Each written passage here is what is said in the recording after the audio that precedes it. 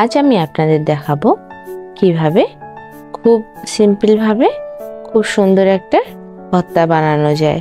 এটা হচ্ছে সজনা পাতার ভর্তা। এটা খেতে যতটা ভালো, এটার পুষ্টির মান কিন্তু তার থেকেও বেশি। আমি বেশ কিছু সজনা পাতা কচি কচিগুলো দেখে নিয়েছি, আর কচি হলেই কিন্তু বেশি ভালো করে ভর্তাটা। এরপর আমি ভালো করে বেছে নিয়েছি আর ধুয়ে নিয়েছি। দেখুন, আমি প্রয়োজনীয় জিনিসগুলো নিয়ে নিচ্ছি। এখানে পেঁয়াজ লাগবে, রসুন, মরিচ আর বাদাম লাগবে।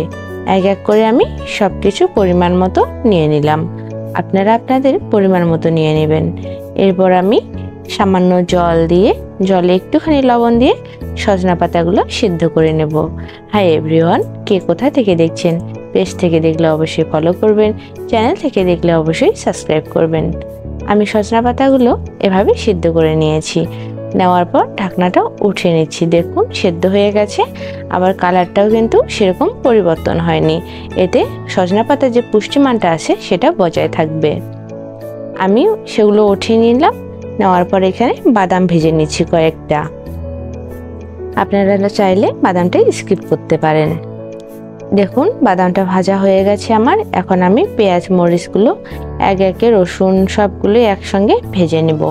আর হ্যাঁ, রান্নাটা ভালো লাগলে অবশ্যই কিন্তু লাইক কমেন্ট শেয়ার করে পাশেই থাকবেন।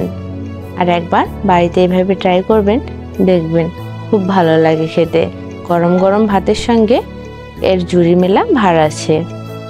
দেখুন, আমি পেঁয়াজ মরিচ ভাজার একটুখানি উঠিয়ে নিলাম।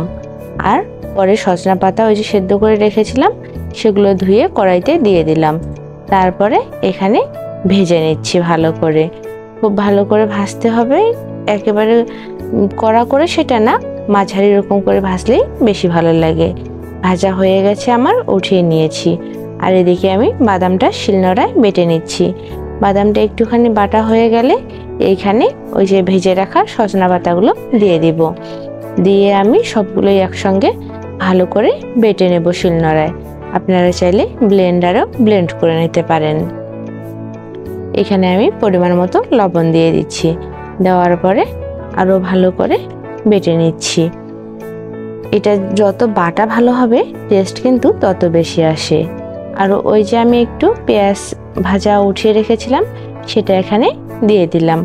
আমার ভর্তা কিন্তু প্রায় রেডি হয়ে গেছে। অবশ্যই একবার বাড়িতে বানিয়ে দেখবেন। যেমন সবুজ দেখতে, তেমন খেতেও কিন্তু দারুণ।